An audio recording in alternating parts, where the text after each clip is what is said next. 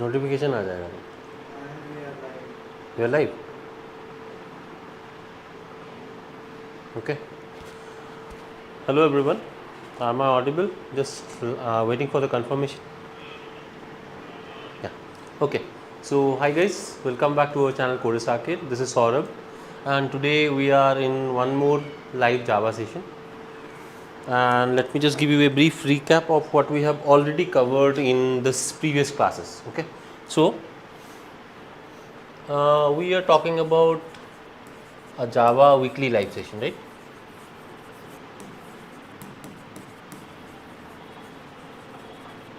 And just giving you a small recap of what we have already done till now. So we have talked about the history of programming language.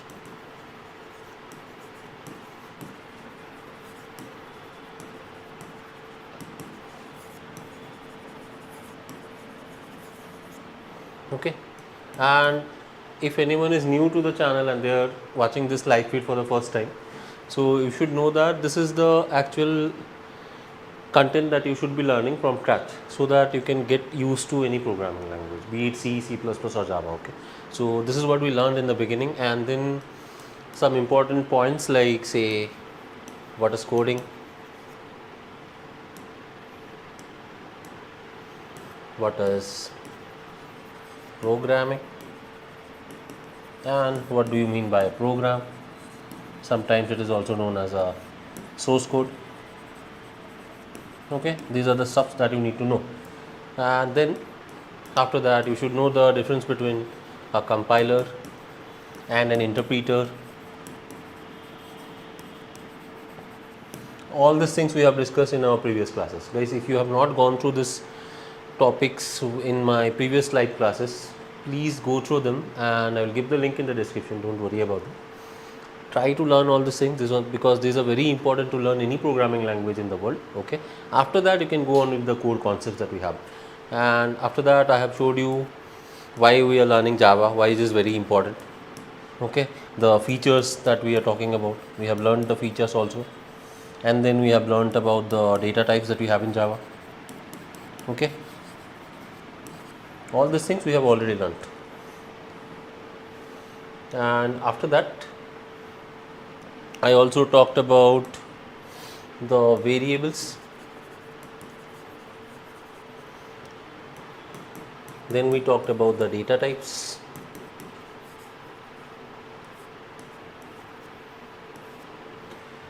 Then we talked about the naming conventions. As I had told you already, they are the Pascal naming convention, they are the camel naming convention, and sometimes if anyone is working with Python, they also have this snake case, or it is sometimes called underscore case.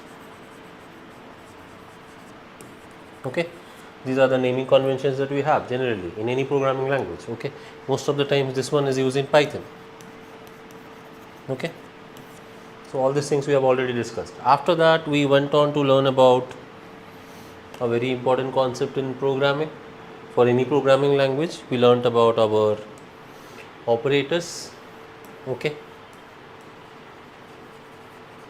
and I have given a dedicated lecture of 2 weeks on operators only. We have covered all the operators that we had, and I will just give you the first: arithmetic operators, assignment operators, logical, bitwise, relational, or you can say comparison. Then we had the unary operators, then we had the ternary operator. All these things we have discussed properly, and in all the operators I have given you the types also. Okay, if you have not gone through these videos, please go through them. We have all the links given in your channel. If you are new to the channel, guys, I have one more request for you guys. If you really like the content that we are bringing to you, please don't forget to subscribe to our channel and hit the bell icon, because that will help you get notified about the latest videos that is coming in our channel. Okay, and right now I am bringing a live class on Java, and after this Ashank sir will come with a live class on C++, where he will be teaching you about conditional statements today. Okay, so stay tuned for that video as well, for the live session as well. And thank you guys for all supporting us, and I'm telling you once again, If you are really new to the channel and if you get motivated by the content that you are bringing, please don't forget to subscribe to our channel and hit the bell icon, okay? And share these videos with more and more people that you have, because that's how we get a larger reach and we get more subscribers. That is our plan, and thank you for supporting us till now, okay? So in today's video, in today's live session, I am going to cover a very important concept in programming called the conditional statements, okay? So first I will divide it like this so that you can get a clear picture of what I am trying to tell about. So the topic that we are discussing now will be a very huge topic, so it has to be divided into parts, okay? So we cannot teach everything in one single live session. It is not feasible at all, and I want everyone to understand all the minute details of everything that we are teaching, okay? So the whole vast concept that we are going to decide or discuss is actually decision making, looping, comma, branching. Okay, this is a very vast topic, and all your programming languages are very much dependent on this topics or concepts. So we'll be having to learn this properly. So in this there are certain categories. So let me divide them into categories right now. So here you will get conditional statements,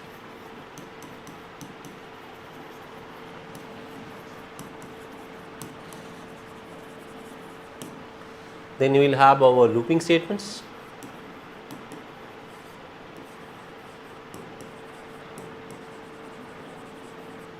and then you have the jump statements.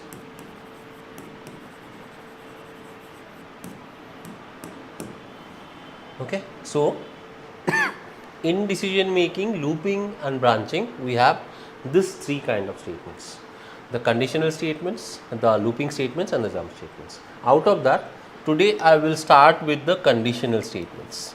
I don't think I will be able to finish all of them in one go, but I will try to give you a brief about what are conditional statements, and then in the next upcoming classes and sessions we will be discussing about the looping statements as well, and also about the jump statements gradually. Okay, so that is what I want to do, guys. Every time when I teach something or any new topic to you guys, I want you all to learn everything from scratch, so that you don't miss out on any minute concept also. That is my target all the time. Okay, so for the time being, as I said, I will be starting with conditional statements. Now, what do you mean by decision making? First of all, based on certain operations, we have to make some decisions. Okay, in life also, say if I have more money, I will buy a car, I will buy a house, something like that.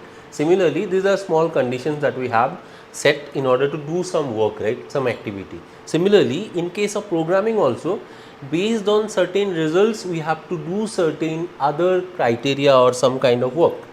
Okay, so suppose I'm just giving you a simple example so that you can understand. Say if it is raining, then I will not go out to play. This is invalid. I will not go. Okay, yeah, there can be certain other examples where I can say if it is raining, I will go to play. Say suppose you want to play soccer, then obviously everyone loves to play soccer in the rain. That's a different thing. But for the time being, what I am saying is, if this condition is true, then I will not go out to play. I am just taking a random example. Okay, so based on this criteria, I will either do something or not do something. Are you getting it? So these are called decision making statements. Okay, you have to make a decision on certain criteria. Say suppose I have n rupees with me. If this n is greater than 100, say I will go for a good dinner, just for example. If it is less than 100, then I will do something else. I will eat a light snack. Okay, depending on the budget that I have, I will do some criteria work. Is it clear to you? So these kind of statements or conditions are called decision making. And loops we'll discuss properly, but for the timing I am just giving you an idea. Say suppose you want to repeat something multiple number of times. For that we use looping statements, and here also we have to check some conditions. So decision making, looping and branching, suppose based on some condition you have to do some other two conditions. This can be branched together. So all these things will be covering up in this 3 parts or points. Okay, the conditional statements, the looping statements and the jump statements. Okay, so initially in the beginning, let's learn about the conditional statements properly. Okay, and after that we will go on to learn about the looping and the jump statements. Fine.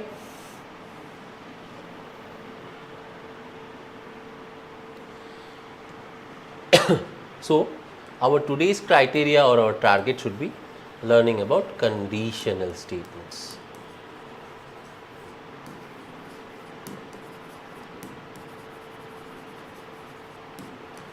So if anyone has learned C programming or C++ or any other language and they have some knowledge, they will be able to tell that there are so many types of different conditional statements. Okay, so this here says that based on certain criteria of some operations, we will do some extra work. We will be getting into some condition or conclusion. Okay, so suppose I am saying just take a simple criteria, even number.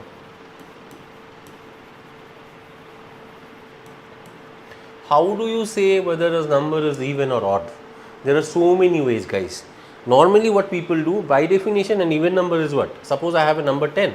If I do divided by 2, so it becomes 2 5s are 10 and the remainder is 0. So the definition of even number will be when a number is completely divisible by 2, it is called a even number. There should be nothing left out. Okay, it should be completely divisible. And when is a number completely divisible by 2? When the remainder is 0. You know the remainder theorem, right? Remainder theorem. Divisor equal to division into quotient plus remainder. So here it is, I can say 10 is equal to 2 into 5 plus 0. Okay, this is the theorem. And here you can see this 10 is here and 2 into 5 is completely dividing 10. So we are getting remainder as 0. Okay, makes sense? So the definition of an even number is when a number is completely divisible by 10, it is called a even number. Otherwise, all the other numbers are called odd numbers. We know that, right? So for this we can easily write a conditional statement. If a number is completely divisible by 2, it is an even number. Otherwise, it is an odd number. So this kind of scenarios will actually be utilizing the conditional statements that we have. Okay, hope you understood that. Based on a certain criteria, we will decide whether a number is something or not. Based on a certain criteria, we will decide that we have to do this or do that. Okay, these kind of statements are known as conditional statements in programming. Fine. So let me just tell you the types. Types of conditional statements.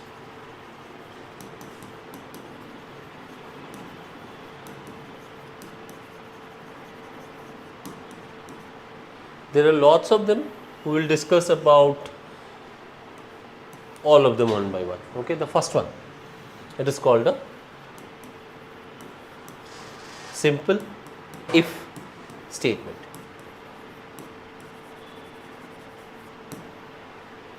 The second one, or let us discuss them one by one only. Okay.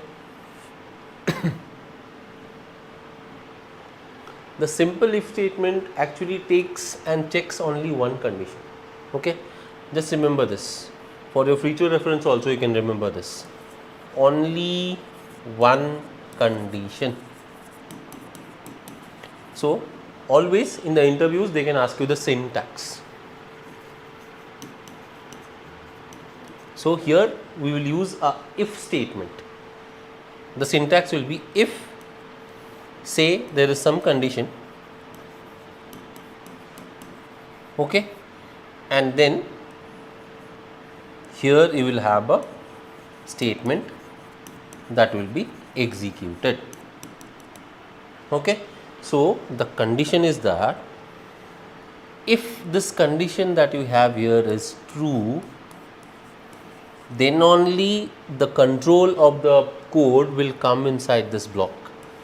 This curly brackets is actually a block. You can say it is a block of code. Okay, so only if this condition is true, then in that scenario only the control will come inside this and this statement will be executed.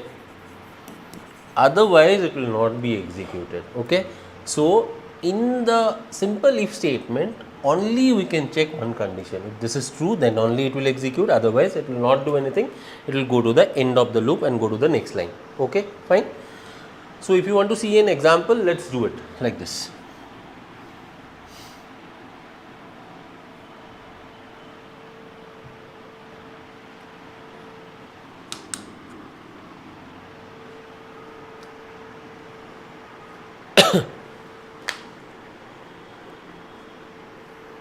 Okay, so yes, so this was the earlier one that we had about operators. I will just delete this now.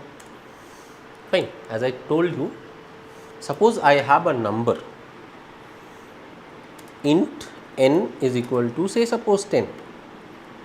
Okay, now I want to check whether this number is a even number. So I will say if remainder, right? So we have to use the modulus operator. N mod of 2 equal to 0. I will say S out even. Okay, so here you can see 10 is an even number. When you divide 10 by 2, the remainder will be equal to 0. So at the end you should get this printed. Okay, so if you want it to be printed in a different way, you can say n plus is even. So n value is 10, it will be like that. So let me run this here. You can see 10 is even. You can see the output, right? 10 is even. 10 is the number, is even, because the statement is true. Okay, because this statement is resulting to true, that's why it is going inside this block and executing this line of code. But as I told you, it checks only one condition and there is only one result, only if the statement is true. But if it is not true, then it will not execute properly. Okay, it will not go inside this block only. It's like I am going on the road, and if I see something, if it is really important for me, then I will go there. So if this code is really executing to true, then only it will go inside this statement, otherwise it will not go inside. Okay, so suppose if I write 101, 101 is an odd number, so by default this is not true, so it will not go inside. It will just finish with exit code 0. There will be no output at all if you see carefully. See, there is nothing printed here because 101 is not an even number and this part of the code is not true. It is not executing to true. So that's why it is not going inside this block. As I am saying, guys, all the time, you press enter. Okay, this actually is a block of code. This block of code, it will only execute if this line is true. If this line is not ending up to be true, it will not go inside this block. Understanding, right? That's why I have been mentioning this as a block of code. You understood, right? What is block of code? So this is the criteria of using a simple if statement. There is only one condition which will be checked, and if it is true, then only this part of the statement will be executed. Otherwise it will just go to the next line. Line by line is going, so it will go to the end of the statement. It will execute. It will just exit like this. Process finished with exit code 0. I hope now it makes sense.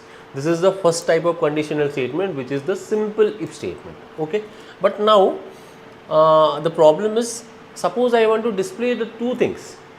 Either it is an even number or an odd number. That can be a criteria, right? Either you have to say, because this is sometimes incomplete. In some kind of cases it is okay. When you have a certain criteria, you will do something, some condition based on that. Say suppose I am saying if I am not eligible to vote, there are elections going on, right? Yesterday only we had vote in Bangalore, Karnataka. So in that case, what I am saying is, if you were not eligible to vote, how are you going to be allowed into the election chamber? Correct? You will be not allowed to at least go and vote. So based on that, I can say, if this age, say suppose I am taking that example only, something like this. If age is equal to, say, 10, then here I just have to check greater than or less than, right? So I can say if age is greater than equal to 18, I can say I can take a string variable like this. String name is equal to say Rahul, just for example. Okay, this is a string variable. We will talk about all these things better, but I just want to show you an example. Here I will say name plus is eligible to vote. Sorry for the spelling mistake, it should be I. Okay, make sense? So here it will print like this: Rahul is eligible to vote. But in this case, this is not greater than equal to 18, right? So this will not execute. If you see here, if I run this, there will be no output, blank, because obviously it is not possible. So in that case, let's take some other value, say 21. Now 21 is greater than equal to 18. In this scenario, it will print as name, which is Rahul, plus is eligible to vote. This plus is called concatenation. Okay guys, we will talk about that properly in our upcoming videos when you are learning more about strings. For the time being, just understand that we are adding up this Rahul content with the other part of the data that I have written. So if I run this now, just see the output now. See guys, now it says Rahul is eligible to vote because the age is 21, which is greater than equal to 18. Okay, so there is only one condition. If that condition is true, then only it will go inside this particular statement or the block of code, that you see here. Okay, makes sense? So this is about the simple if statement. Now let's do one thing. Let's go to the second one, which is called the if else statement. Okay.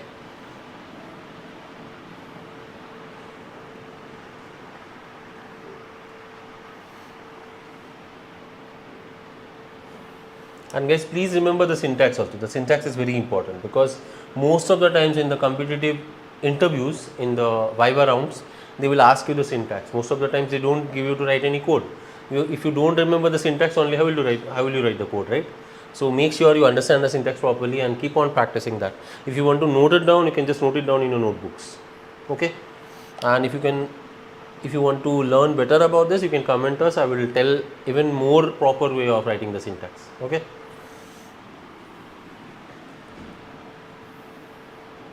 Now let's take one more, the second one, which is our if else statement. The second one, if else statement, the second conditional statement. Here it is something like this. It has exactly two conditions.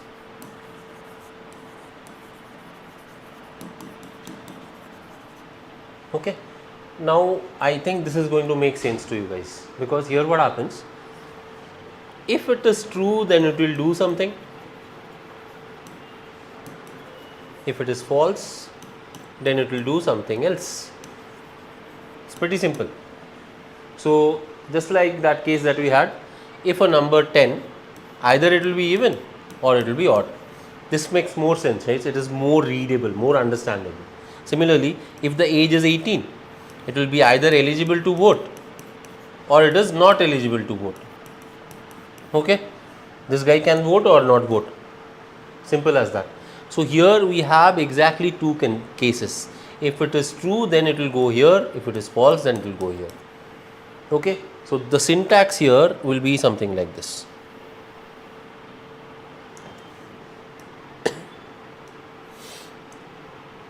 If condition, if this condition is true, then it will go to this block. Say I will say block true, and here we have a statement that will be executed, or else we will write something like this. We will have an else block. In the else block, we will simply have a block, because see, if someone is eligible, he or she will vote. Otherwise, if it is not eligible, obviously he will not vote. He is not eligible for that. So the else block, you will not have any condition. In many colleges, when you go for placement drives, we have seen people write condition in the else block as well. Guys, this is not a good practice. You should not do it. And maybe if you are doing it in your interviews, you might get rejected also. So make sure I am telling you, learn everything from scratch and understand the syntax properly. Okay. Obviously, very practical. Either I am going or I am not going. So if I am not going here, here I am going, right? So here there is no condition to check. If this condition is true, then it will go inside this block. Otherwise, it will go inside this block. So here in the else block, it will be false block, and here some kind of statement will be executed. Okay, this is the exact thing about the if else block. Okay, so again I am repeating, if this condition is true, whatever condition it is, if it is true, then it will go inside the true block. If it is false, then it will go inside the else block. Okay, and guys, I forgot to tell you one more thing. Let me just tell you. Just remember, if there is only one line inside the block, you don't even need the curly brackets. Okay, any if or else block, if you have only one condition, you can just ignore writing the curly brackets, because the compiler understands that there is only one block. That's why the developer or the user has written a single line. Okay, and there will be a gap.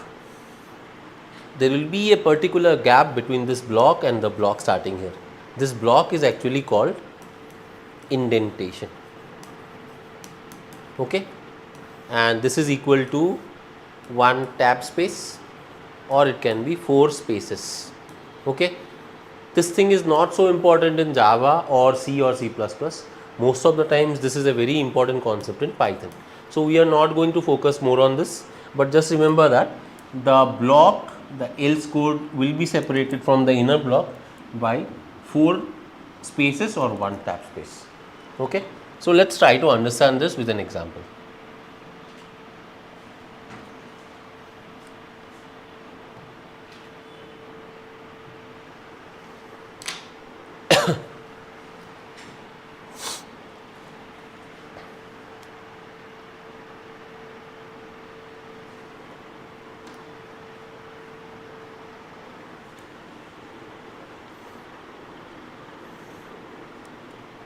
So here, this is our example that we are talking about, right? So here, age is 21 and Rahul is eligible to vote. We got the output here, see? It says Rahul is eligible to vote. Suppose in some circumstances, Rahul is not eligible to vote. In that case, what we can do?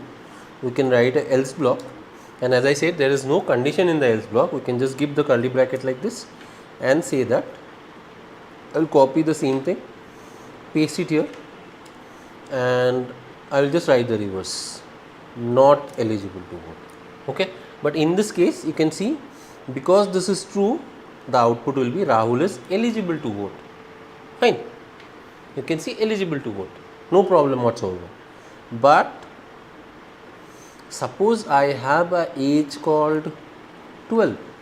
Obviously, this guy is not eligible to vote now. So it will skip this first block, it will go to the false block, because as I said, if this condition is true, then only the control goes inside this block. This particular thing is called the block I am mentioning. See, I have highlighted that with the yellow colors. This is the block actually.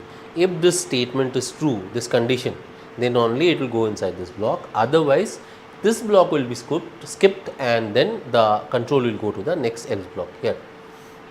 Fine. So in this case, you can see that 12 is not greater than equal to 18. So it will skip this block, go here, and the output will be Rahul is not eligible to vote. Let's verify.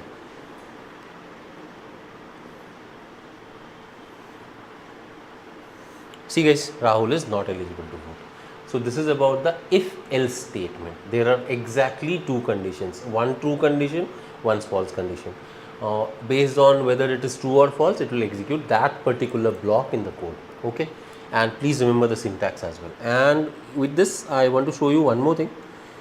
So here, let me change this thing into a different kind of statement. I will say int n is equal to 10, and then I am saying if. Guys, it's a very important interview question. Can you guys tell me, how do you check whether a number is even or odd without using the modulus operator? It is a very interesting question. I am saying check even odd of a number without modulus operator. Can you answer this? You cannot use this modulus operator. Can you think of this? I have a number called 10. I already know that this is an even number, but how do you check this? Normally what do you write? We have already seen that. I will say if number modulus of 2 equal to 0, then I will say S out even, else I will say S out odd. Okay, and here if you want to add the number, you can say n is even, or else I can say n plus is odd. Fine. So here we know 10 is an even number. It will give you the output like that. See here, 10 is even. Fine. How do you check the same thing without using the modulus operator? Can anyone tell me? For this you have to know binary properly, guys. Let me give you an example.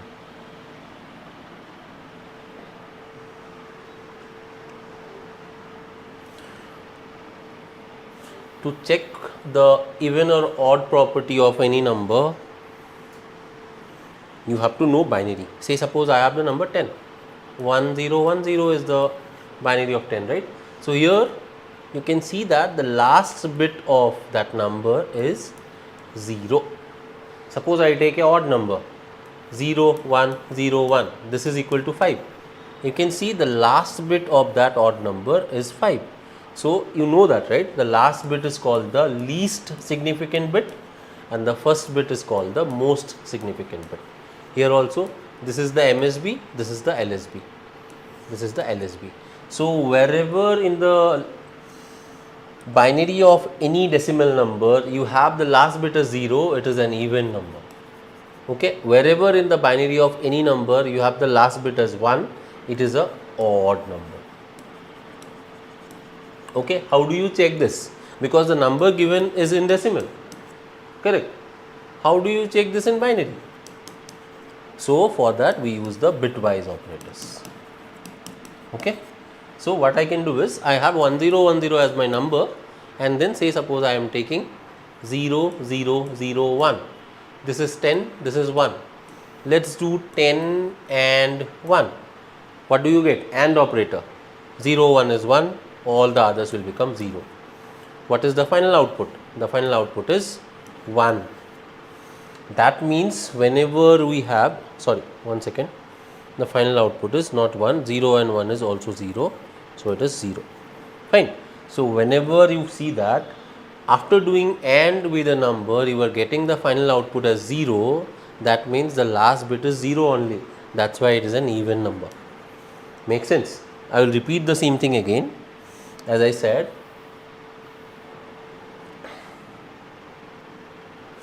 I have a number 10 whose binary is 1010, then I am doing AND 10 and 1, that is 0001. Now if you do AND means both the inputs have to be high. So here it is 0, this is 0, this is 0, this is 0. Ultimately it is 0. Okay, that means the last bit is 0.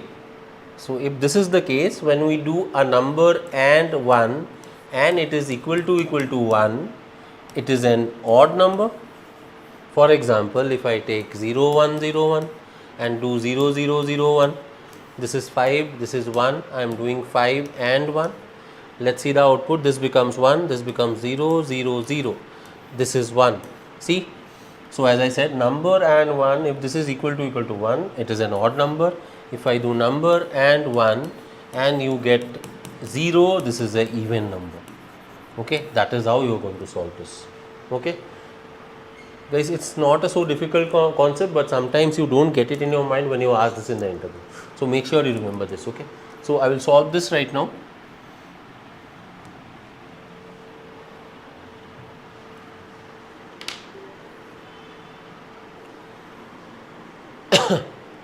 Okay, so here I will just write like this.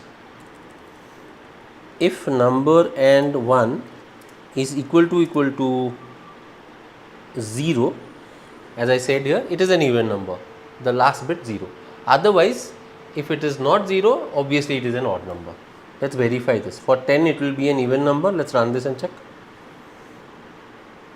See, it says 10 is even. Say suppose we are taking a different number, say 101. 101 is a odd number, so it should say 101 is odd. See, 101 is odd. Let's take 1014.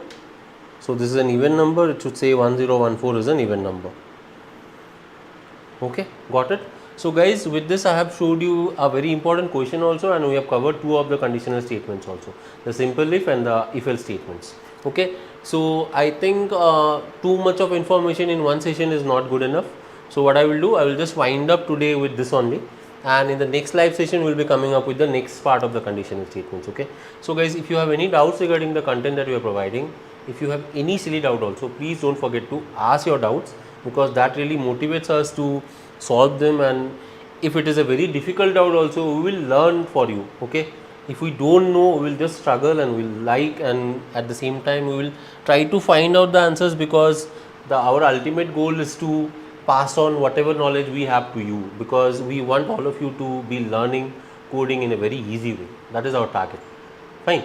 So thank you for watching guys. If you have any doubts, please post them in the comment section. I'll be very happy, and stay tuned for Ashank sir's class, which will be coming after some time on C++ conditional statements. Okay, and if you are new to the channel, I am requesting once again to all of you, please subscribe to our channel and hit the bell icon, because that will be a very good gift to us, you can say. Thank you for watching. Till the next time, this is Saurabh signing off. Bye bye and happy learning. Thank you.